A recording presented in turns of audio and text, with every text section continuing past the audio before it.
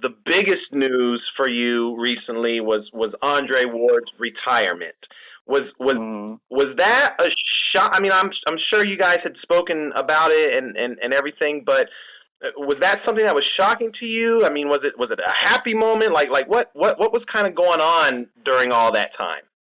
hmm No, it wasn't a shock to me, and of course I was happy for him. And the reason why is that everything that we talked about, everything that we planned from the time that he was a little kid, it turned out just the way we planned it. So when it goes like that, you can only be happy.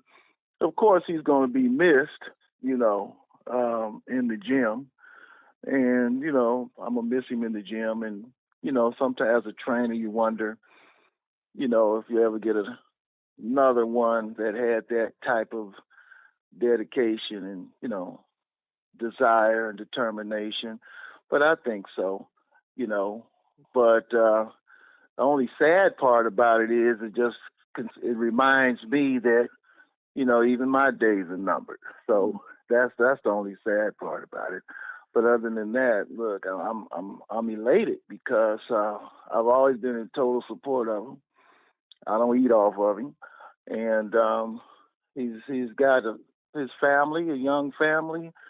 He made his money. He did what he was supposed to do in terms of finances and everything paid for, and I know he's going to be successful. Whatever he continues to do. Is there anything?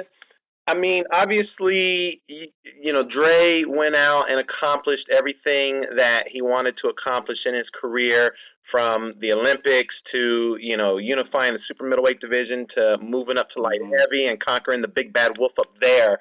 Is there anything, just from your perspective as a trainer, where you felt like, I wish we could have did that, whether it was because I know you mentioned the move to heavyweight possibly and things like that. Is there any one thing that maybe you felt like was left unaccomplished? No, I don't think so. The move to heavyweight or even cruiserweight was considered simply because it was really nothing else out there. If you want to stop and think about it, there was nothing else really out there in the sense of finances, money, or even challenges. I mean, people could say Stevenson, but the fact is that the Stevenson fight wasn't going to happen, and it wasn't going to generate the kind of money that we felt he deserved now. It just wasn't going to do that. I know, with all due respect, that Yvonne Michael said that pay-per-view in Canada could have, handled that. But number one, who said we were coming to Canada? Number two, I don't recall Adonis being on pay-per-view in Canada. Maybe he was, but I don't recall it. And where it's the numbers that you talk about. So that was going to be one that probably never would have gotten made. Beta Bev, Bivol, and those guys, that wasn't going to bring anything to the table. And again, they're on their way up, even though they, gave Bivol the belt. It's still a fight that would be on its way up. So it wouldn't have generated the type of money or anything that it'd have been a fight probably for the purists, but not a fight that you would really benefit from. Right. This may be a not a trick question, but maybe a difficult question to answer. But are you more proud of the in-ring accomplishments that he was able to achieve, or are you more proud with the fact that he is able to walk away from the sport at such a young age and be financially intact with all his senses and faculties? I'm equally proud of both of them.